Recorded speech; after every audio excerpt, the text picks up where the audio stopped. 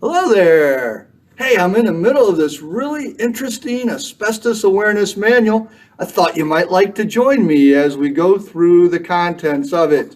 Hopefully you have a manual like this. You can see the cover over on your left. This is your Columbus Diocese Asbestos Awareness Training Course. And inside this manual, if you want to go ahead and open up to the inside cover, you'll see the table of contents that we have listed there. And this will give you an overview of what we'll be talking about during this session. The first topic is asbestos facts. We're going to talk about the good, the bad, and the ugly of asbestos. And we'll talk about the asbestos diseases, things that can happen to you with a lot of asbestos exposure, usually over a long period of time. We'll talk about ways that your facility will be working to control asbestos exposure. We'll also be looking at what we call asbestos abatement activities. Those are things that are done when we want to remediate or remove the asbestos from a facility, the things that go along with that. And then each of your facilities are going to be provided a revised asbestos management plan. It's a game plan and how the asbestos will be managed at your facility, and we'll spend some time telling you about that. We want you to relax during this training, so if you want to put the video on pause to get something to drink or something to eat, sit back, relax, stay engaged, and then when you come back, go ahead and put the play back on, and we'll start talking about asbestos awareness training. Let's get started with section 1. As you can see at the bottom of the slide here, right by the TSI, you can see the page number that the slide is on compared to where we're at with the manual. You keep both of those matched up, you'll be at the same location in the video as we're supposed to be in that manual. If you look up, you can see asbestos facts, and in this section we'll be talking about the characteristics, about the different asbestos families, and the different types of asbestos in each family. Asbestos is a unique material. It is a naturally occurring mineral fiber. It comes from the ground. They will either get it out of the ground by digging large pits a mile or two deep and a few miles long, or they may tunnel into the ground to get the asbestos. But when they bring it out, it is usually going to be all mixed up with rock. That's what makes this picture so lovely as far as a piece of chrysotile asbestos goes, because there's not much rock, hardly any at all. You can really see the beautiful fiber structure of the mineral. But usually it's not like that. Usually it's all mixed up with rock. And so when they get these large pieces of rock out of the ground, they load them up into these large dump trucks and they take them over to a piece of equipment called a crusher. And a crusher does exactly what it sounds like. It pulverizes the material, which isn't a really great thing to do with an airborne dust hazard, but it pulverizes the material and separates the rock from the fibers. Once they get the fibers separated, they take them over to the shaker and they shake it out. Again, not a great thing to do with an airborne dust hazard, but they do it anyways. And when they shake it out, the longer fiber structures are separated from the shorter ones, also called the tailings. And then what they'll do is they'll bag up the long fibers and sell them to whoever wants to buy them. And countries like Russia, China are still actively producing asbestos, and there are still many parts of the world today that are buying raw asbestos mineral fibers. And when those folks get the fibers, what they'll do is they'll dump the bags into the vat of the product that they're making, and then the asbestos fibers will spread out through the material, kind of forming a mesh, and then the properties of the asbestos are then transferred into the material that you're putting it into. And so as you can see on your list on page 1, when I put asbestos into a material, those long, thin, flexible fibers make the material more resistant to chemicals and heat. It also makes it stronger because of asbestos's large tensile strength. It is a good insulator. It's fire resistant. We put a piece of that asbestos into a fire and it won't alter it at all. And so in many ways, it makes the material better. It's got a little issue with health effects that we'll talk about later, but it can make the material a lot stronger, more chemical resistant, more durable, last longer. And so all of those benefits were why asbestos was used a lot from about the time of World War II all the way up through in the US through the end of the 70s and into the early 80s. If we look over on the bottom of page 1, we'll see about asbestos as far as how it's been used in the US. It's been mined in about 17 states. It's in many more of those. If you look at the map that you see over here, you'll see along the East Coast, there's about 300 and some locations where it's just been identified, not necessarily mined, but identified in those locations. Some locations up along the northern Midwest. The western states, you see some of it spread out, those green spots through there, and then you see another heavy concentration of it throughout the west coast, especially in California. And sometimes we have issues where it's been historically mined. Other times we run into deposits of asbestos unintentionally, sometimes with highway projects, sometimes with other types of mining where the material has to be handled properly. If you flip your manual over to page 2, you'll see this slide, and at the top of page 2, you'll see this open pit mine. This is in a town called Asbestos, Russia. And guess what asbestos means in Russian? Yes, it means asbestos. And you can see the huge mine that's there in the town that's built along the outskirts of the mine. And if you look into that picture, you might think that that's a bit of a cloudy, hazy picture. It's not. It's pretty clear. It's just what happened is a few minutes ago, the mine did its daily blasting, dislodging the asbestos rock, and we have a haze of dust that has formed. And if the wind is blowing in the wrong direction, that can actually come into town. If you look below that, you'll see a chart that gives you the historical production of asbestos worldwide. And you can see that up through the 1900s, through the 1940s, there wasn't much production going on, but we rapidly increased from the 40s up and through the end of the 70s into the early 80s. But then the hazards of asbestos became better well known, and you started to see a bit of a decrease from the 80s through the 90s, and then in the early 90s, the lawsuits hit, especially in the US. Asbestos is the largest suit over issue in the history of the United States, and you started to see a dramatic decline, and many people thought that that decline would continue until we stopped using asbestos. But right around the year 2000, that rate of decline stopped. And from the year 2000 all the way up until about 2015, there was about 2 million metric tons of asbestos produced every year. Over the last couple of years, we've seen about a 35% decrease in the amount of asbestos production, whether that's because of economic reasons or just because asbestos has become less popular and less used. We're not exactly sure, so we'll have to see what happens in the upcoming years.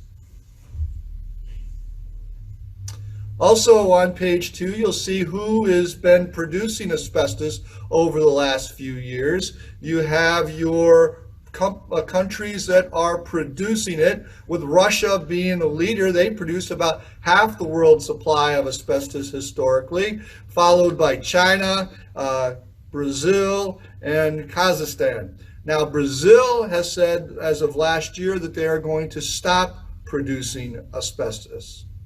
And then if you have producers, you need users or consumers, and so you see the countries listed there. India is the biggest consumer of asbestos in the world today. Actually, India is second compared to China. China's number 1, India's number 2, Russia's number 3, and then you have a series of countries after that that are currently using, consuming, purchasing asbestos. And we don't have a lot of that in the US, as you can tell by the map. We have to be more concerned about products that have been made in these other countries that have it that might make it into our borders. Next up, we're going to show you a video that's going to give you an overview of the history of asbestos. You can see the title is The History of Asbestos in BC. Now that stands for British Columbia, and there's a health and safety government group called Work Safe BC. They do a nice job of producing videos, and this one really focuses on not so much Canada, but overall the history of asbestos use in North America. So we'll show you that video to give you an idea of how asbestos became to be the issue that it is today.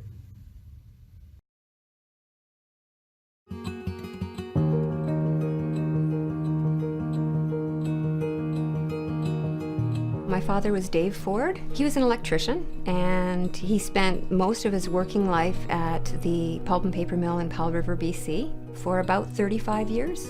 I could not imagine my dad doing anything else. He loved electricity. He said electricity fascinated him. He was also very health and safety conscious. My brothers and I, as university students, we got jobs at the mill in the summer, and he would actually come and find us and, make sure you had the right hearing protection and make sure that, everything that you were doing was being done safely.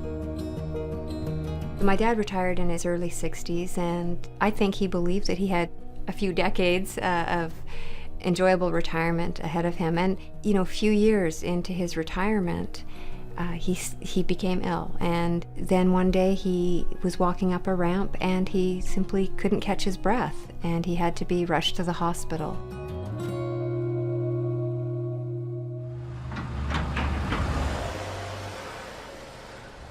Asbestos was used really in the developed world ever since the start of the 20th century, and BC was not inconsistent with Europe and North America. It was used in insulation for piping, boilers, industrial machinery, and then going into the mid-20th century it started being used for fireproofing for buildings, sprayed insulation, and then more latterly after the 1950s and 60s it was being used for building finishes, things like drywall, floor tile. You could make any process that was strengthening, water resisting, heat resisting, sound resisting, fire resisting better by applying asbestos.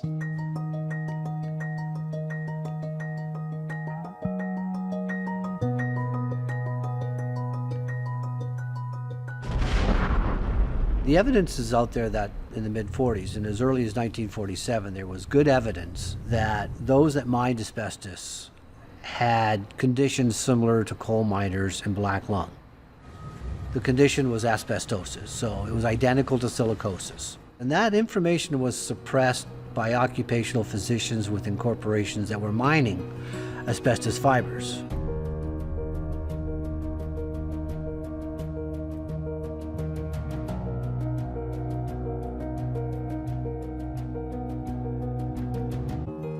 Asbestos has been mined right across the country and in BC in several locations. The one most notably is Cassiar. And Cassiar was a mining town that was built and existed in order to mine asbestos. So there is a real legacy, and it's not just in Cassiar for the miners, there are also the people that work in industry throughout BC that work in areas where asbestos building materials are used.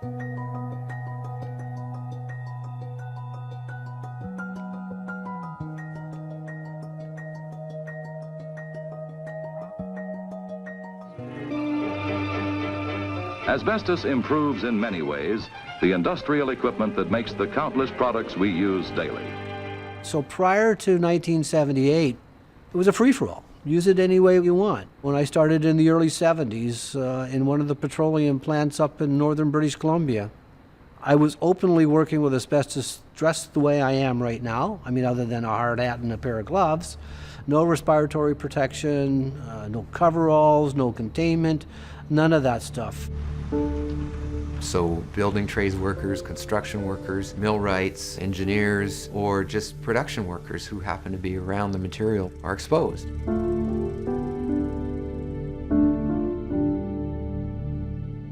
They did take him to the hospital, and they found he had fluid on his lung, and they drained the fluid to relieve the pressure, and they sent a sample off for testing, and it was the results of that test that confirmed that he actually was very ill, and he had mesothelioma. Mesothelioma is a cancer caused by exposure to asbestos. The lining of the lung, it fills with fluid, and as there's more pressure on the lung, you can't breathe. And there's no cure for mesothelioma. Dr. Selikoff was the best one to put the link together. He took 2,000 workers across North America and did chest x-rays. Followed those people for a 5-year period, took a look at all of the death reports that were issued that he could secure through our organization from around North America, and looked at the cause of death. He put together a paper that was penned in the mid-70s. He concluded that the asbestos workers were 10 times likelier to suffer from asbestos lung disease than the general background population, which in turn prompted the US EPA to ban the application of asbestos in US buildings. And then other developed countries followed suit with similar legislation around that time. And that is the basis for the change of regulations in North America of asbestos, because it identified the hazard, it identified the diseases, and it identified mortality rates. So the direct link between exposure and death was done as a result of that. The people who were exposed over the years and who now are at particularly great risk because they're 25, 30, 35 years from when they began work, these people are not being kept under surveillance. They're not seeing doctors regularly. At least we could save some of them. And we're not. We're sort of transfixed by this tragedy. And as a country, we're not handling it very well. And it became news across the country, across the continent, and around the world. So then it was obvious to any activist in the trade union movement about the problem. The step was then, what do you do about it? In 1978, when we saw the introduction of new regulations that talked about Section 35 on asbestos and how to clean it up and how to control it, it was a pivotal piece of regulatory change that industry had something that they had to pay attention to. The enforcement by the regulator, then called the Workers' Compensation Board, really started in earnest in the early 1980s. But what hadn't been fully quantified was, what about the thousands of buildings that have asbestos in place? How do we deal with that? How do we manage that? Do we clean them up right away? Do we scale the risk? How do we notify parents, patients, occupants that they may be in a dangerous workplace? And so it really was a time of really understanding the risk and prioritizing the risk, so we dealt with stuff that was dangerous appropriately. In early 1980, the regulations with respect to asbestos were very general in nature and weren't providing the degree of control or protection that the board had decided needed to be in place. And so the board put together a standard practice manual for taking asbestos out of work sites. It was a change from using exposure limits or speed limits to actually looking at the physical condition of the asbestos and its likelihood of being damaged.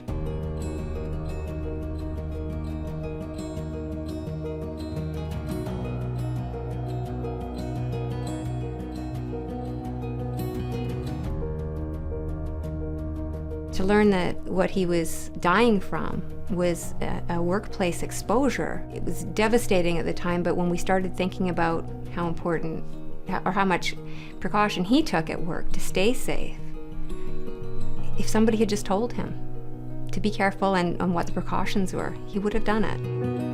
In 1998, the new occupational health and safety regulation put in much more prescriptive demands for employers to manage asbestos proactively.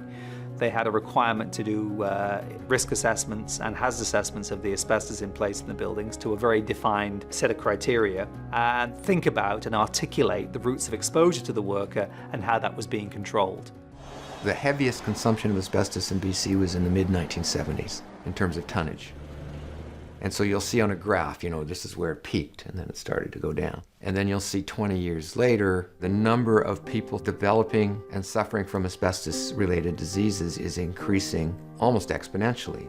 It has contaminated our environment and it has led to increasing numbers of asbestos-related disease. We're talking about cancer primarily. Mesothelioma being the medical term for that, but there's also lung cancers, gastrointestinal, uterine, head and neck, and so on that are in lower numbers. You add all that together and do the arithmetic, it's about 500 people a year, BC. My dad had always said he didn't want to die in a hospital room. He wanted to be at home. So we told him that we were calling the doctor to come. And so the doctor came and a nurse came, and they said it really would be best if he were in the hospital. And so we told him we're all coming and that we'd be there at his side. You know, stubborn, he was still there, and we lived through the night and into the next day. And it's not the way you want somebody to go. And, you know, he said he had more left to do in life.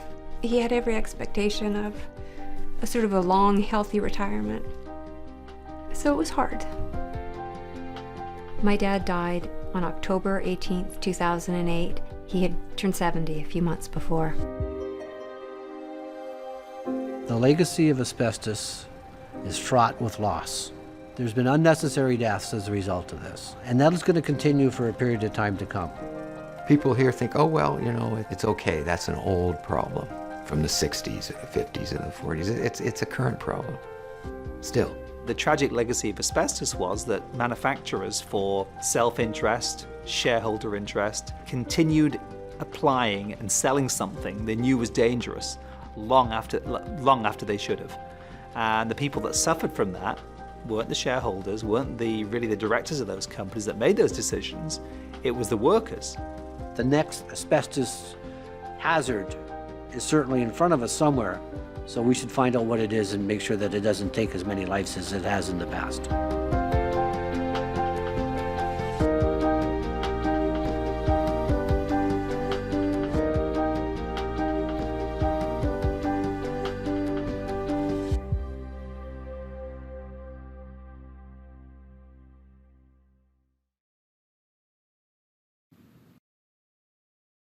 Okay, well, I hope you enjoyed that video. And as we move forward here, we're going to start to talk about asbestos in building materials. And so the first term that you see that's listed there over on your left is the term ACM. And in your manual on page 3, you'll see that that stands for asbestos containing material. That is defined by US OSHA and US EPA as a material that has more than 1% asbestos in it. At that level, it's regulated by pretty much all of the federal and state regulations that apply to asbestos.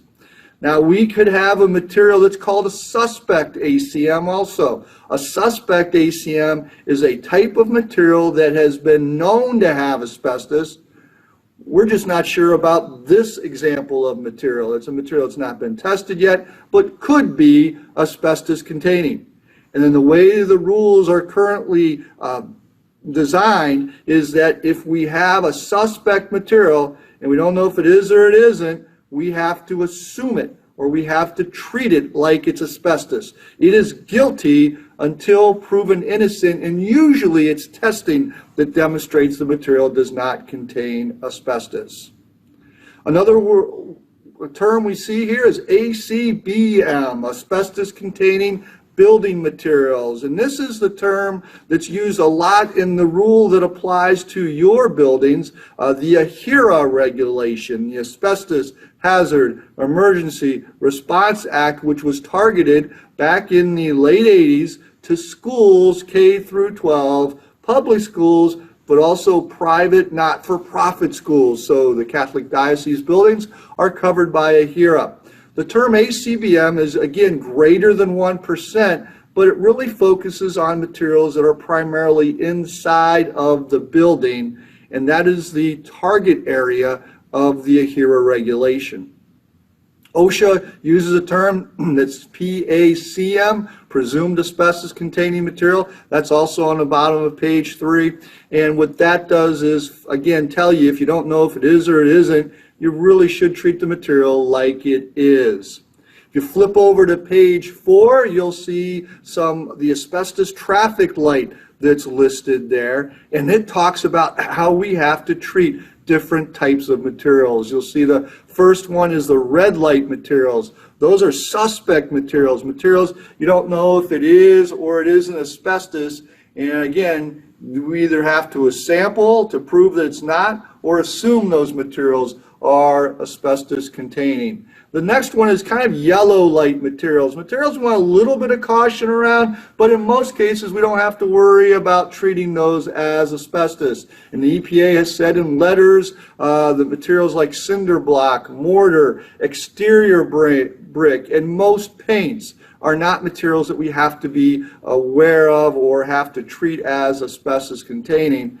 And then the green light materials we're always good about not having to treat as asbestos, including wood, metal, and glass. And also insulating materials that are fiberglass, foam glass, or rubber. Those are the green light materials and would be considered non-suspect. We're going to continue on page 4, and we're going to look at what we call suspect ACM categories. And these are materials that are suspect, and there's 3 different types, as you can see here: surfacing ACM, thermal system insulation ACM, and miscellaneous ACM. And once we have a suspect material, or we confirm a material to be ACM, depending on whether it's surfacing, we like to use acronyms, so we're going to call it thermal system insulation, TSI, or miscellaneous. Depends on the level of regulation that could apply to that material. On page 4, we talk about surfacing material, and this definition can be a little confusing. A surfacing material is not something that's just on a surface. It's actually a material that's on a surface that's either been sprayed or troweled onto the surface, and it's where the fibers are loosely bound in the matrix. It's going to be a fluffy material that's on that surface. And the best examples that we have of this includes fireproofing. If you can see the picture of the sprayed or troweled on material onto the structural beams, the material is loosely bound, so it's easily dislodged, but when it's on there, it does a nice job of protecting those beams from the fires that might be in the building, so that the beams don't warp or deform any faster than or at a slower rate than they normally would. Or like what we see here is an acoustical plaster, which is a material that was put onto a surface in absorbing sound, and this type of material does a good job of that.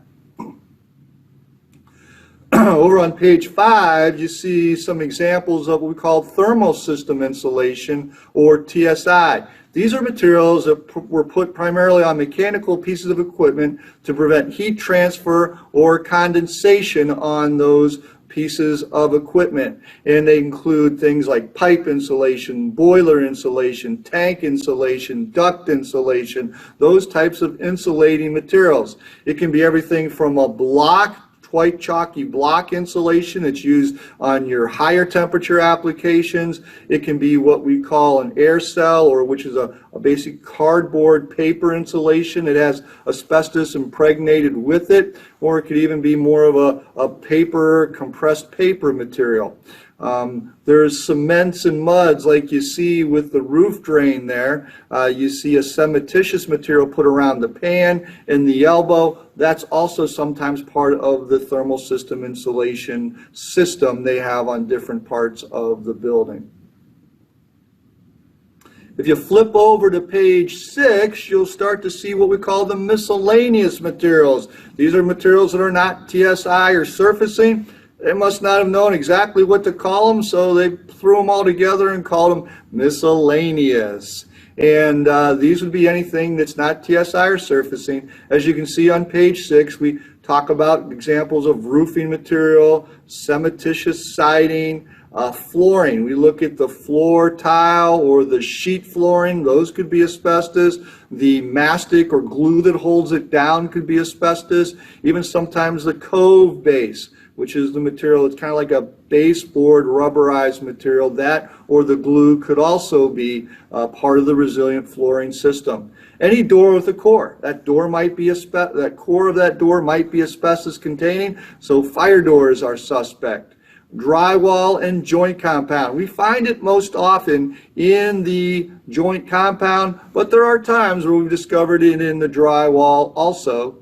Gaskets are commonly known to have asbestos, You see the picture of what we call vermiculite attic insulation. That's a material that was mined for the attic insulation. It was heated, expanded, and so you'd have layers of little blocks in there that insulate the attic, or they might have put it in a concrete block wall like you see in the picture here, and in that case it's going to be a much finer granular material that has not been heat treated. Over on page 7, you can see some other miscellaneous ACMs: wire insulation, brakes, clutches, cable covers, old fire hoses, ceiling tiles, the lay-in 2x4 panels as you can see in the picture, 2x2, even the 1x1s that might be stuck up to a part of the ceiling system. In a window, we look at the caulking, which goes around the outside of the window, but also the glazing, which is the material that holds the individual window panes in place. Both of those could be suspect. You see an example of what we call cementitious pipe. This is a pipe made out of cement, and that cement can also contain asbestos. We can have what's called sink undercoating. You can see the stainless steel sink there. That black coating could be asbestos containing. And then also in fabrics and cloths, you see the fabric there that is called a vibration joint cloth. That connects two sections of a duct together so that the air continues to flow, but the duct pieces won't continue to vibrate. And in older ducts, the vibration joint cloth easily could be asbestos. Over on page 8, we're going to talk about the asbestos bans. The thing about asbestos and banning in the U.S. is some people say, wasn't that stuff banned 20 or 30 years ago? And the answer is yes, some of it, but not all of it. So let's look at the stuff that has actually been banned. If you look on page 8, you'll see the NESHAP bans of the 1970s. That's the first effort by EPA to ban asbestos in this country, and it banned pretty much the stuff that could cause the most exposure or release the most fibers into the air. And that includes acoustical plaster, fireproofing, those types of materials. Block, which is white chalky block, pipe, boiler, tank, duct insulation, or TSI, was also banned. And then they came out with the EPA ban and phase out rule in the late 80s and early 90s, and that was supposed to systematically ban asbestos in about 6 phases. So the first phase came out and they did specialty paper, insulating paper, flooring felts, not floor tile or linoleum, just the felts, and any new uses of asbestos. But before the other phases could get put into place, what happened is it was challenged in the courts, and the U.S. Fifth Court Circuit of Appeals struck the rest of the ban down. And so most products that we have today, especially those miscellaneous materials, when we look at the 3 categories of materials we just got done talking about, we got surfacing material and thermal system insulation. Most of those have been banned.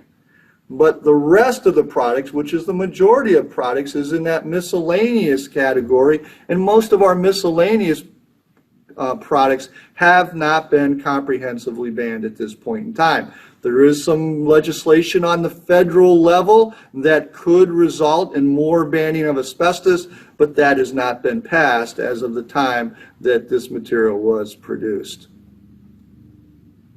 So the thing is with many of the products that you buy today, and if you look over on page 9 in your manual, you could theoretically still have asbestos there. And if you're not sure if it is or it isn't, we got to treat it like it is. So how are you going to know with new product documentation whether it's asbestos or not? Well, we can look at the safety data sheet. And the safety data sheet sometimes can be helpful, but often is not, because unless the safety data sheet says specifically there's no asbestos in that product, we have to treat it as such. And you won't often get a safety data sheet that says it's not. Sometimes if you have a product where a manufacturer knows the product has had asbestos in it and they were very diligent in making sure their product does not contain asbestos, they'll do what's called a manufacturer's asbestos-free product certification. They'll give you some documentation that says there's no asbestos in their product. And that's much more reliable than sometimes the information you see on a safety data sheet, so that's helpful. But the best piece of information that we can get about a product and its asbestos content is that a certified asbestos inspector, someone that's licensed usually in the state, like in Ohio, we call those people asbestos hazard evaluation specialist. One of those people has gone and they've taken the required number of samples in the material, and the results of that sampling shows there's no asbestos in the material. That's the golden ticket to be able to demonstrate that a material is not asbestos containing. When we do have asbestos in a material, we can have what results from that is called asbestos exposure. You're going to start at the bottom of page 9 in your manual. We're going to talk about what asbestos exposure is. Asbestos exposure is when you have asbestos in a material. And in most cases, when asbestos is in a material, it wants to stay there. The fibers aren't real adventurous. They don't want to just jump out of there and go wherever. They like to stay in the material. And so usually we don't have problems with materials that are asbestos containing as long as we're not disturbing them, as long as we're not breaking them up, as long as there's not a lot of airflow going over that material. And so exposure is relatively minimal in those cases.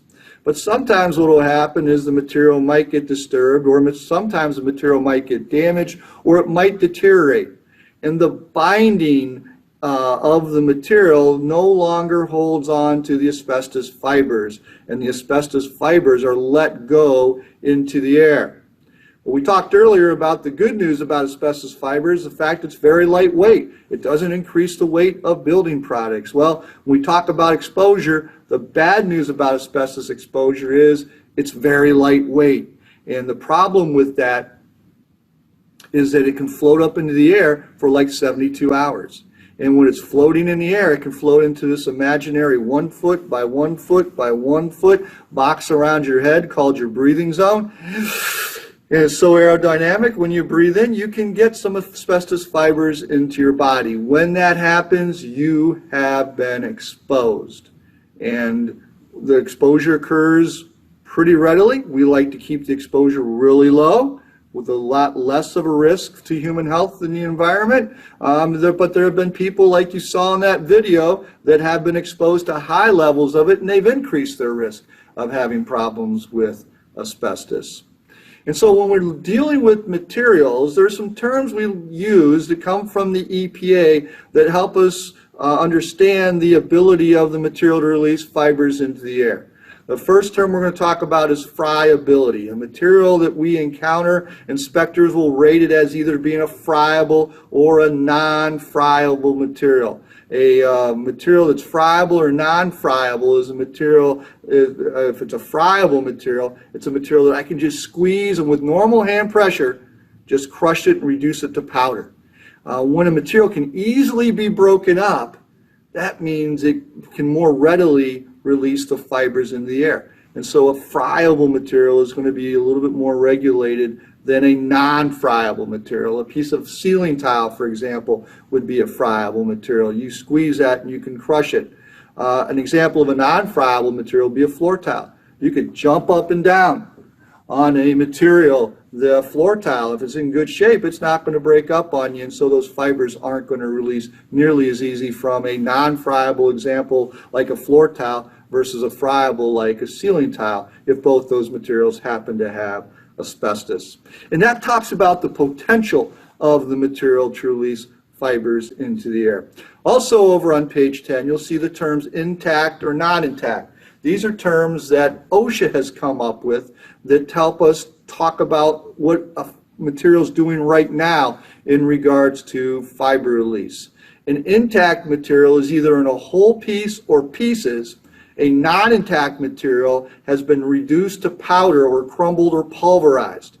A non-intact material is able to release fibers into the air right now because there's nothing in the matrix that's actually holding it there. A intact material is in pieces, and so since the material is in pieces, the matrix of the material is still able to hold the fibers into the material, and you're not going to have as much fiber release into the environment. We do have some airborne levels that talk about asbestos exposure. We have some that you can see on the bottom of page 10. Those come from OSHA. The first value there is called the 8-hour time-weighted average permissible exposure limit, or PEL. And an 8-hour time-weighted average number is basically that throughout the course of a day, exposure might go higher, lower, in a worker's environment. And the average throughout that 8-hour day is what we call the 8-hour time-weighted average. And they've assigned a value of 0.1 fibers per cc for that 8-hour time-weighted average. Now, throughout the course of the day, you got the highs and the lows and the highs and the lows. Well, they've come up with the highest high, which is called a 30-minute excursion. That is 1.0 fibers per cc. And those are the OSHA levels that we look at during work activities involving asbestos. And then if you look over on page 11, you will see what's called the EPA final clearance level. That is a level on some types of projects where once the asbestos has been removed from a contained area and it's all been cleaned up, before they deregulate the material and let the non-asbestos people back in, the unprotected people back in, they are going to, once it's been visually cleared, they're going to then set up a series of samples and test the air. And one of the levels that they sometimes look at is called the EPA clearance level, which is not 1.0 or 0.1 like we have with the PELs, but 0.01 fibers per cc. 1/100th of a fiber in a cubic centimeter of air. And at that point or below, on many asbestos abatement projects, that allows the contractor to say we're complete and that the space can be reoccupied with unprotected personnel.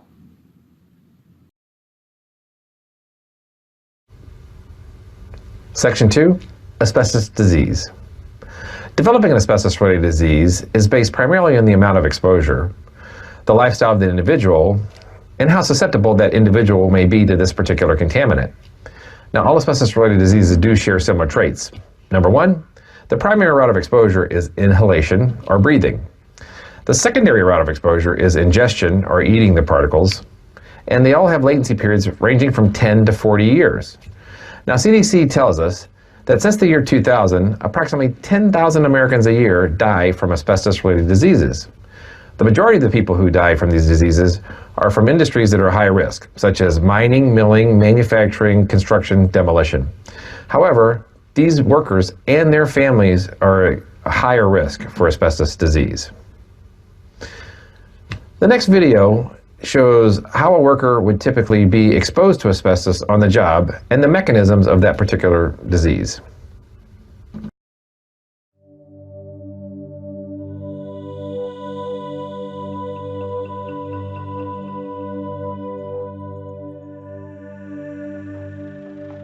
Asbestos is a fibrous mineral that's resistant to chemicals and heat, and very tough. It was also added to the building materials of many older homes. As a worker or homeowner, the hazard exists when undertaking a renovation or demolition. The danger is releasing the asbestos fibers into the air.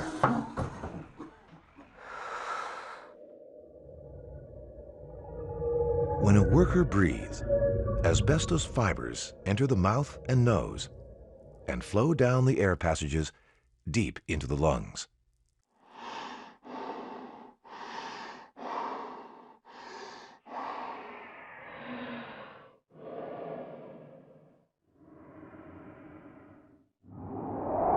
The fibers lodge in the delicate lung tissue where oxygen is absorbed into the blood. Immune system cells try and break down the asbestos fibers and become damaged and die. scar tissue forms around the dead cells and spreads as more fibers embed in the lungs. Asbestos fibers can remain in the lungs for long periods, and the scar tissue that results continues to develop for many years after exposure. Eventually, so much scar tissue develops that the lungs stop working. Since the year 2000, more workers have died from asbestos disease in BC than any other workplace injury. For information on how to protect yourself from asbestos exposure, visit WorksafeBC.com.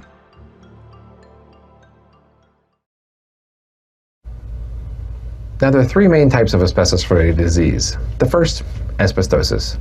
Now, asbestosis is not a cancer, but it's a scarring of the lung tissue.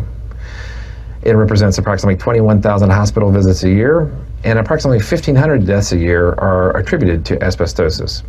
The scarring does progress relatively slowly. It's generally fatal and has a typical latency period of 10 to 20 years. Now, this disease has a very high dose-response relationship. The more you're exposed to, the more likely you are to succumb to this disease. A second disease is lung cancer. Lung cancer accounts for approximately 4,000 deaths a year. Generally is fatal, and it too also has a high dose-response relationship. However, if you smoke and you are exposed to asbestos, you become 50 to 90 times more likely to come down with a lung cancer than the general population who either smokes or is exposed to asbestos. Now, a third type is mesothelioma. Mesothelioma comes in two types, peritoneal mesothelioma and pleural mesothelioma. Peritoneal mesothelioma is a cancer of the lining of the abdomen, and pleural mesothelioma is a cancer of the chest cavity. Both of them are generally fatal, have a latency period of 20 to 40 years, and account for approximately 2,800 deaths a year. Now, there are other types of non-asbestos-related diseases, such as pleural plaques, pleural thickening, pleural effusion, and pleural calcification. These diseases are most often caught in a chest x-ray, and there are early indicators that there might be a disease on the way. There are additional types of diseases that we have attributed to asbestos in much lower numbers, and those are typically esophageal, stomach, colorectal, pancreatic cancers, to name a few. Most notably in today's news, the Johnson & Johnson baby powder, or asbestos-contaminated talc, is thought to contribute to ovarian cancer, for example. Well, now that we just got done talking about all the nasty things asbestos can do to us, let's talk about ways we control the release of fibers into the air, keep the exposure low, and manage asbestos effectively in our facilities.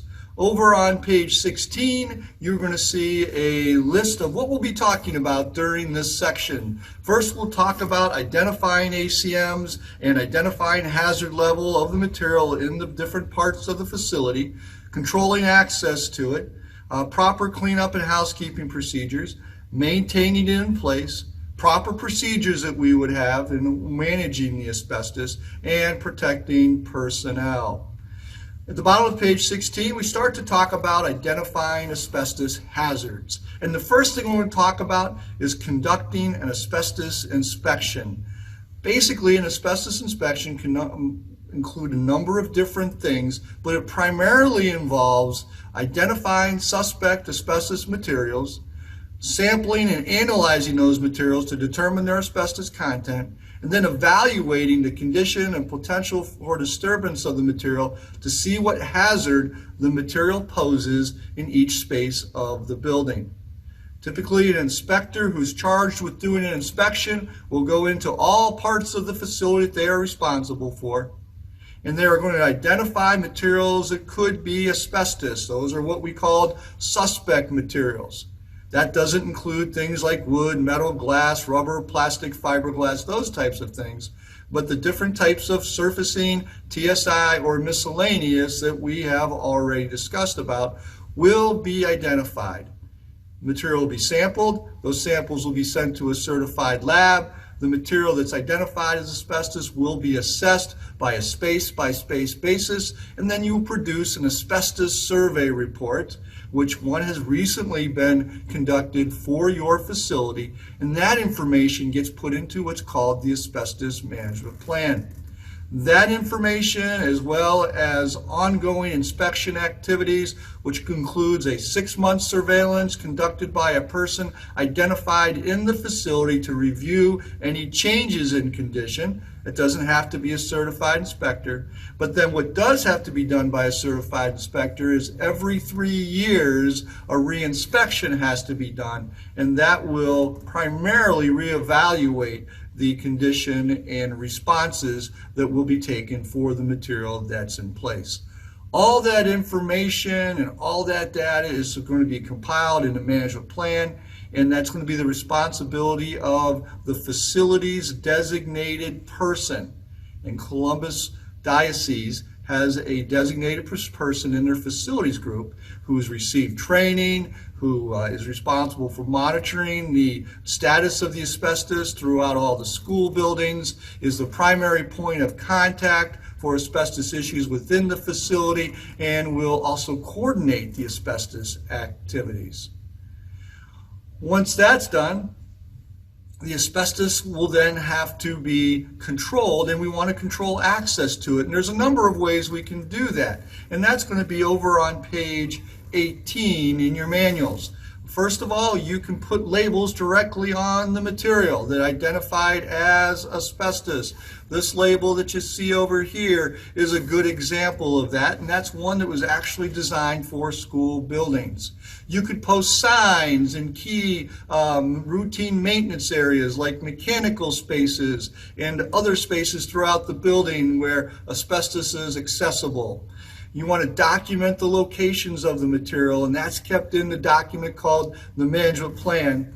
And you also want to train key facility personnel like yourself. Primarily, the HERA regulation requires you to train maintenance and custodial personnel at least about the location and how the asbestos is going to be handled in their facility.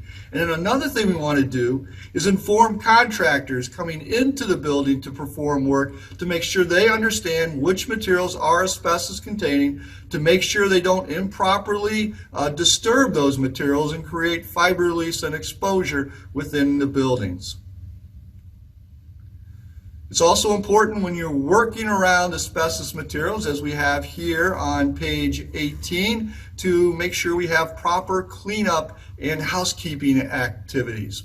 Proper housekeeping activities includes not disturbing the material and releasing the fibers into the air. We can be involved in some minor cleanups in a school building. Personnel that have had what's called a 16-hour operations and maintenance class can perform small repairs and small cleanups on ACM.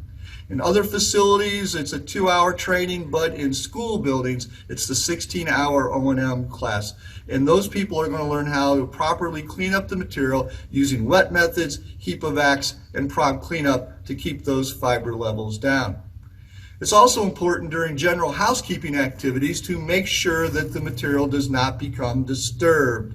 And this includes to make sure that people performing those activities, contacting the various materials, know which materials are asbestos containing and which materials are not.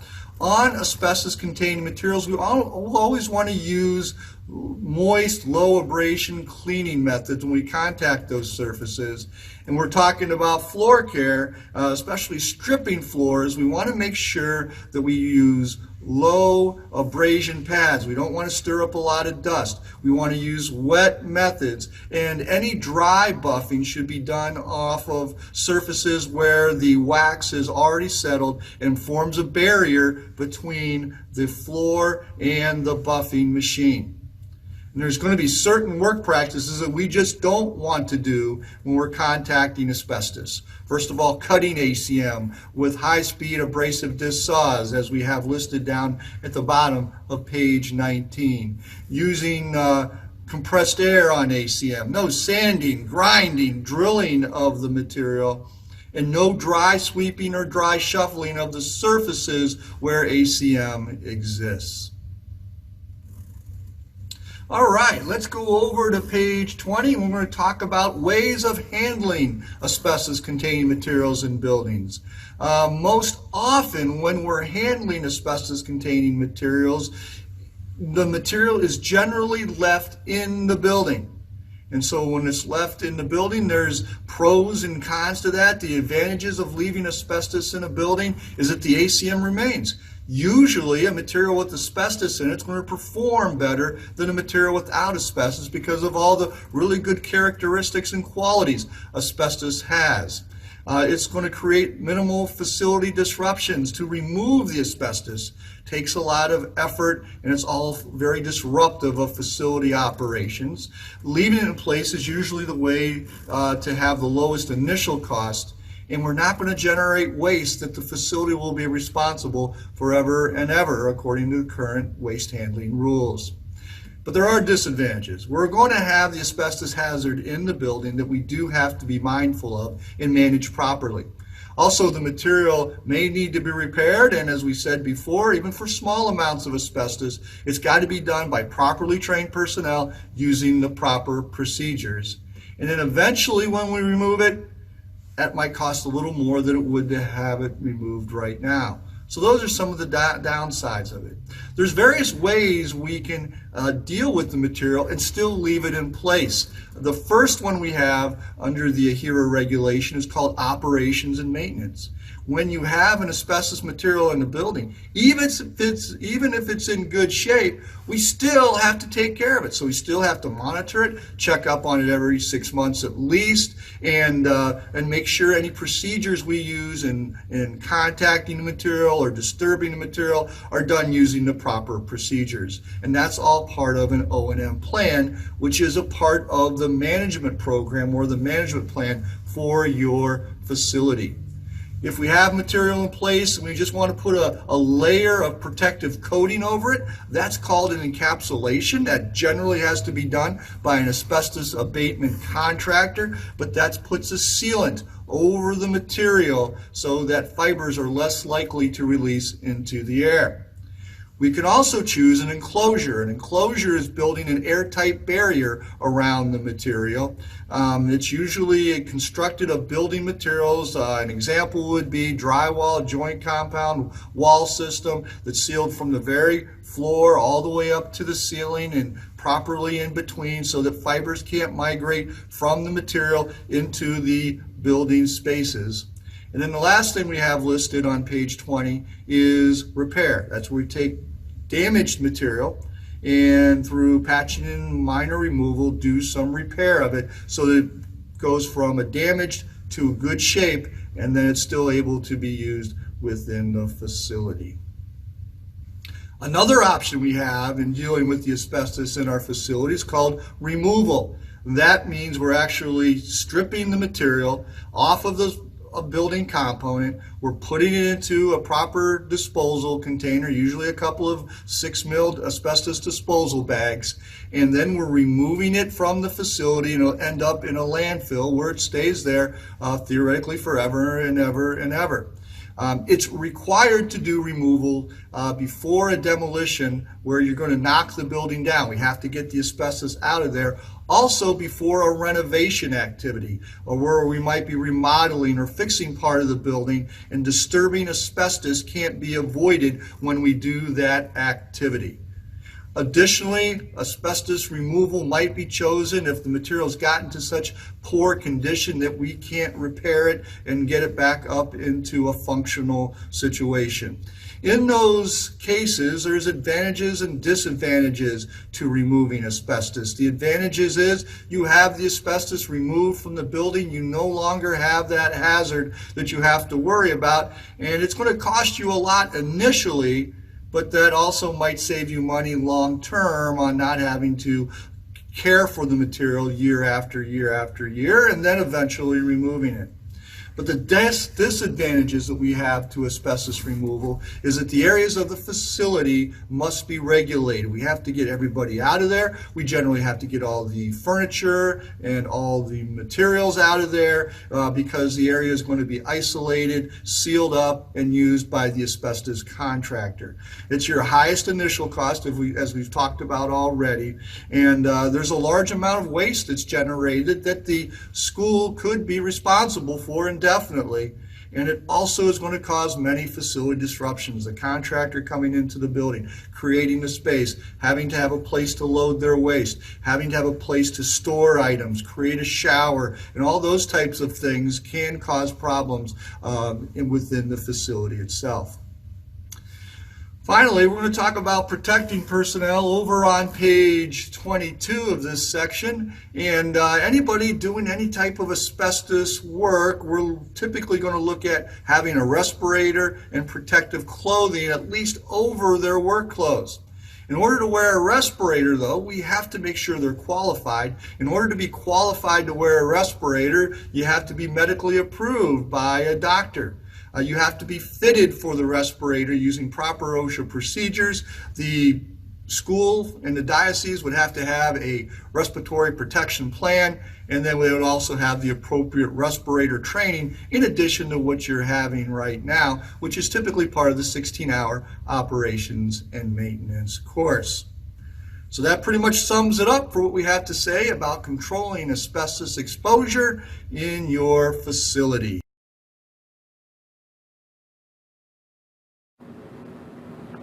Section 4, Asbestos Abatement Activities.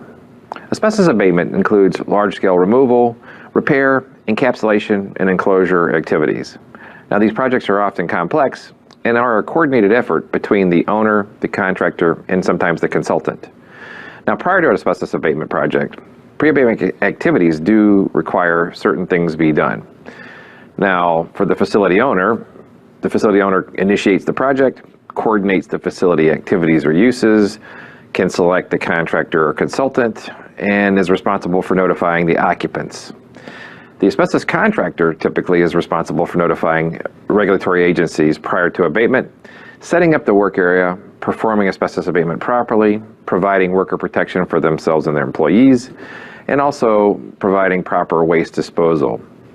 Now, a third party could be involved in some of your projects, and this would be the environmental consultant. Typically, they could define the project scope, review the asbestos abatement activities and oversee them, conduct air monitoring both during, before, and after the work, and then produce a report to the owner about the contractor's activities.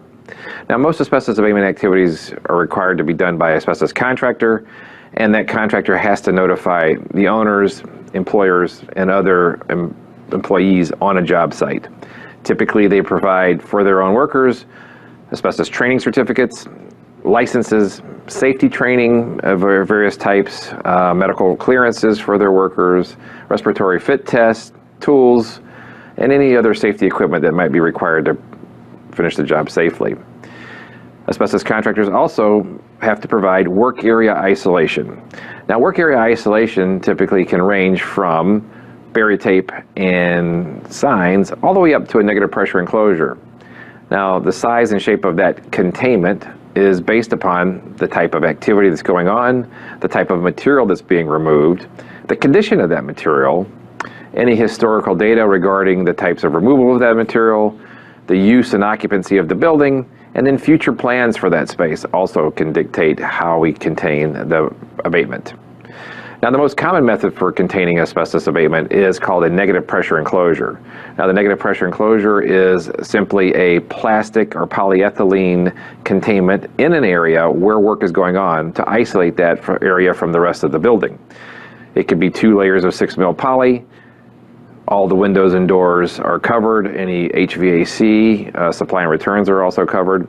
And that negative pressure uses air filtration devices or fans where filters are placed in these fans. Air is pulled into the containment, clean air from outside. The contaminated air from work going on inside the containment is then filtered through these AFDs, and then the AFDs are exhausted air out of the containment and out of the building, and that's clean air that comes out of them. Now, while we do this, this is a good thing. It creates what's called a negative pressure or a vacuum in that space. And so that negative pressure allows, if there are any leaks in the containment, it would be from the outside in, not from the inside out. It creates a clean workspace while the work is going on for the workers and keeps them safe. Now, another type of asbestos abatement containment, it would be a glove bag, and it's a type of containment. Now, what it does is it's essentially a 6 mil plastic bag that has gloves and arms in them. The bag is affixed to pipe or elbow material. It is sealed, and then work is done inside the bag where the material is removed, it's wetted, it's then sealed back up, and then disposed of properly in that container. Now, any type of asbestos work does require some level of decontamination. Typically, most large-scale abatement activities are going to have what's called a decontamination unit or a 3-stage decon unit. Now, these 3 stages are first a dirty area or equipment room. This would be closest to the containment. This is any tools or devices that would need to stay in the containment area until the work is done, and they don't come out until the end. The second chamber is the shower, where workers are then required to remove all protective clothing, shower, and then decontaminate themselves, and then step into the final chamber, which would be the clean room. The clean room is where they store their work clothes, any towels and other things that they would need while going into this containment. Now, OSHA does require the use of wet methods for any type of asbestos activity. Wet methods typically are used to reduce airborne fiber concentration. It allows the material to dislodge much more easily once it's wetted. We also are required to use a surfactant or soap in the water, which then allows the water to be wetter and grab these fine particles much more easily. HEPA vacuums are also required on any type of asbestos removal job. Now, a HEPA vacuum is not typically your home or shop HEPA vac. It's a high-efficiency particulate air vacuum that is rated to remove 99.97% of all particles down to 0.3 microns. They do come in various shapes and sizes, both wet and dry, but this is a requirement for any asbestos job. You can't use your standard vacuum or shop vac. Prompt cleanup is another method that's required under the OSHA protocol. Now, all prompt cleanup means is that any materials that's disturbed has to be properly wetted and bagged prior to the end of that shift. What we're trying to prevent here is the drying out of the material. See, we have air flow through there with the AFDs. We're trying to keep the air clean.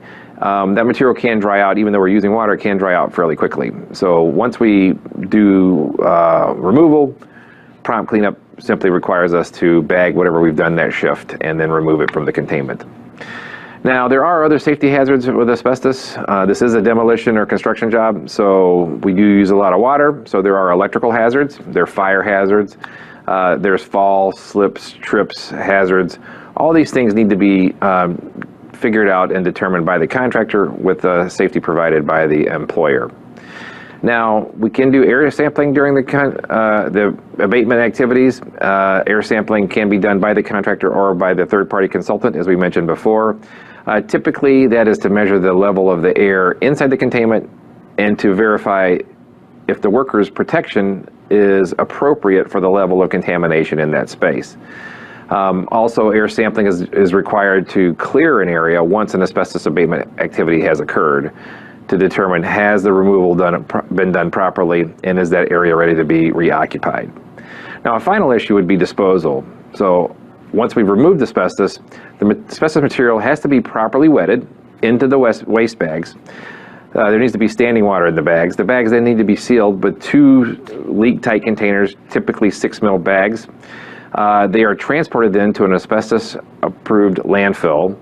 And those bags then are manifested back to the owner, which means essentially the owner of the asbestos owns the asbestos both in the building, in the bags, in the landfill, and those manifest records are then returned back to the owner prior to the end of the job. Those materials have to be put into the asbestos management plan for record keeping.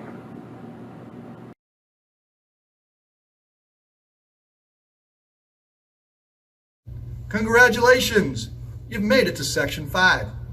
Section 5 happens to be the last section in our training program. It's also the one called Asbestos Management Plan. We love acronyms in this industry, so we're going to call that, as you see below here, an AMP. The AMP is required under the AHERA regulation, as you can see the term below me, which stands for the Asbestos Hazard Emergency Response Act, which is legislation that came out in October 30th of 1987, requiring from the US EPA all LEAs, which are local education agencies, and that includes not-for-profit organization that runs schools K through 12. So because of that, the Diocese of Columbus is considered by the regulation to be a local education agency.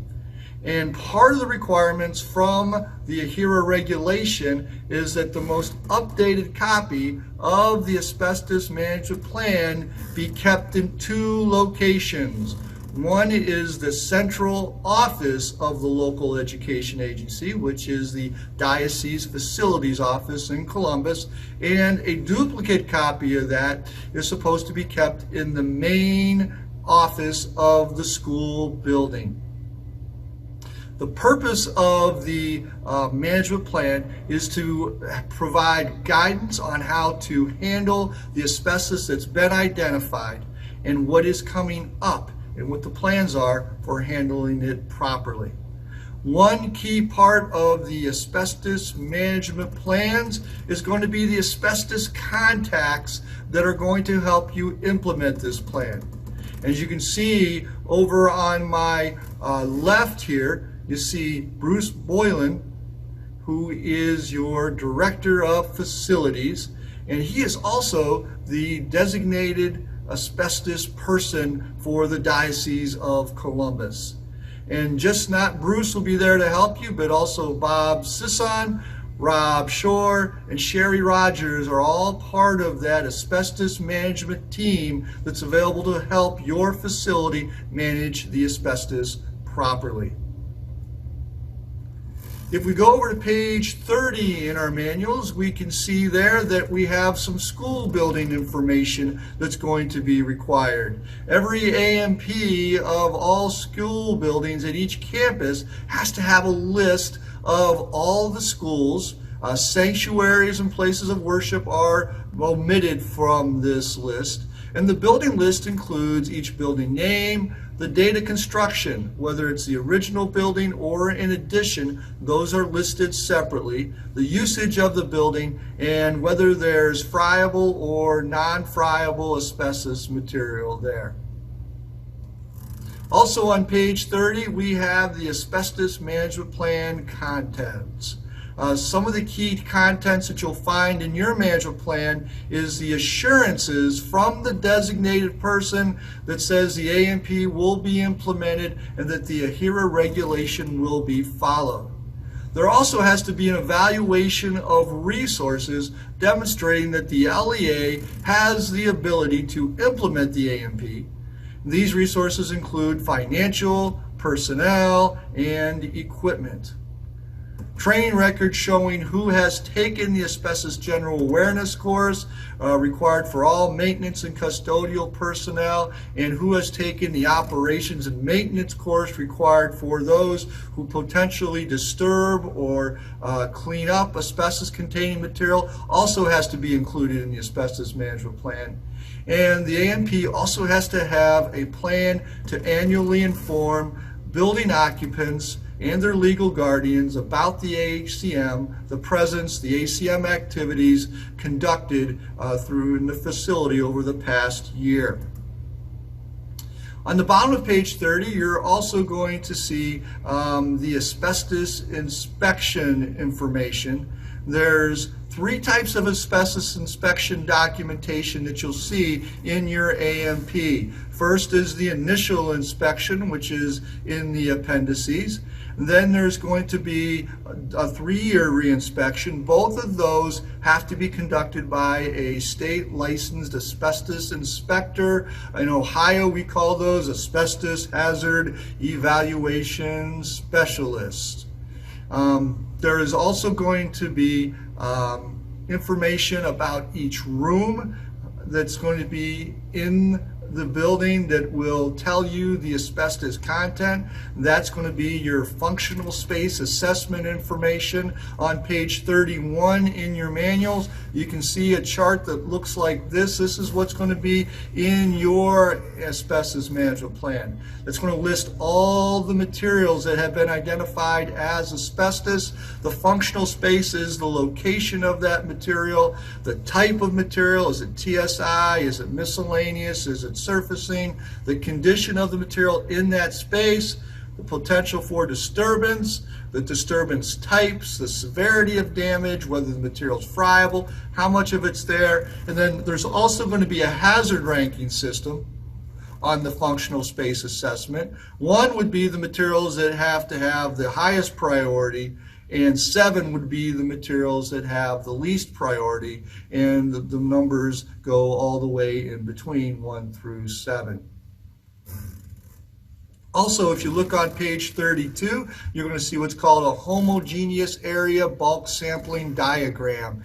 Each of your management plans will have this diagram like the one here that shows you the sample and material locations of ACM in your facility.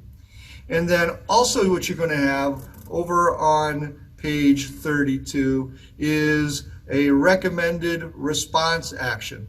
And the recommended response actions are ones that have been recommended and that are planned for the facility. Response actions require a specification to be developed by a licensed asbestos project designer. The work area is going to be isolated and work is going to be performed by an asbestos abatement contractor, and asbestos supervisors and workers will be involved in that crew. Air monitoring will be done, usually before, during, and it has to be done after to identify what the airborne fiber levels are and to make sure they're acceptable before the area gets reoccupied. So for every response actions, if you flip over to page 33 in your manual, you will see a list of recommended response actions. And this has to be reevaluated every 3 years. It's where the material is located, the type of material that's there, and the response action for that material in that particular space, as you can see with the listing that you have an example of at the top of this slide. And then a description of the materials to be remain after the response action, as you can see on page 33. And you can also see an example at the bottom chart on this slide as to what material will be there and in what space that material is going to be left. If we are going to have material left in our spaces, and we usually do, we're going to have an operations and maintenance program. And so you can see that talked about above here. You can also look at the requirements for your operations and maintenance program over on page 34 in your book.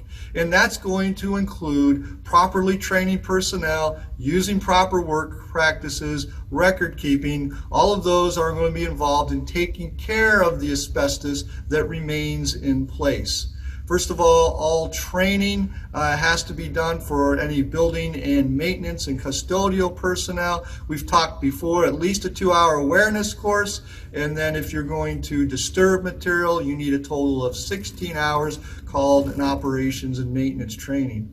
Anybody that's going to be wearing respirators or protective clothing while they're performing the asbestos work is going to have respirators assigned to them, and then the diocese will then need a respiratory protection program and medical surveillance program to make sure that they are in good health while they're wearing those pieces of equipment.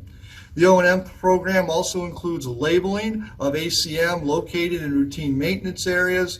If there is an unplanned disturbance, if something happens and ACM is disturbed, there's 2 levels of unplanned disturbances. The first one is a minor fiber release episode, which is any amount up to 3 linear or 3 square feet. Your O&M trained people can clean that up. The other side of it is a major fiber release episode, which is fiber releasing from an area more than 3 square or 3 linear feet, and that's got to be designed by a project designer, and that's got to be cleaned up and handled by an abatement contractor, often with air monitoring done at the end of it. An O&M program also involves cleaning is part of the asbestos control procedures, conducted initially in areas where debris or material has to be cleaned up, and at intervals throughout the program to make sure that asbestos dust is not laying around the facility. You also want to have a work control system. This is a program that evaluates the activities and the amount of asbestos involved. And so before a maintenance individual performs maintenance activities, you want to make sure that that activity will not disturb the asbestos, and if it does, that the person is qualified to do so and that the material will be handled properly. Maintenance activities that involve asbestos can range from materials activities where it's very unlikely that the material will be disturbed even though it's nearby, to accidental disturbance is more likely, to it's probable, to it will be intentional. And whatever level of activity that is, properly trained people and properly trained procedures have to be included, and that's going to be part of our O&M activities. And also periodic surveillances, which can be done by facility personnel that have the ability to know where the material is that contains asbestos, and to evaluate the previous condition and the current condition of that material to mark any changes of materials. And that's what we have in our O&M program. Over on page 35, you can see some example forms over here that are listed there, and there's a lot of record keeping involved in a management plan. It's just not one document that's produced at one time. It's a document that keeps getting added to and added to and added to over the life of the facility. It keeps growing, and so we have to keep updating it. We don't delete information from the management plan. We just add information to it. And so you have a number of different forms that go along with the O&M activity, everything from the training of the custodial and maintenance personnel, documentation of any O&M activities that occur, any cleaning activities that occur. There's a form to document that, and if there's a major or a minor fiber release episode, you can also see the form there. And then also the form that's in your plan is the one that guides you through the 6 months periodic surveillance. That's a form that will identify the material, the location, the previous condition, and you just basically have to identify whether that condition has changed or not. So that's the record keeping, that's O&M, that's your asbestos management plan. It's important to know where yours is at. Look through it, make sure you understand what it says. Have any questions, please call your asbestos facility contacts so we can keep your exposure low within your facility. Well, you're done with the video portion of this training. We do have a quiz to show off how much you know, so make sure you stay around and take that. And we wish you the best and hopefully very low asbestos exposure.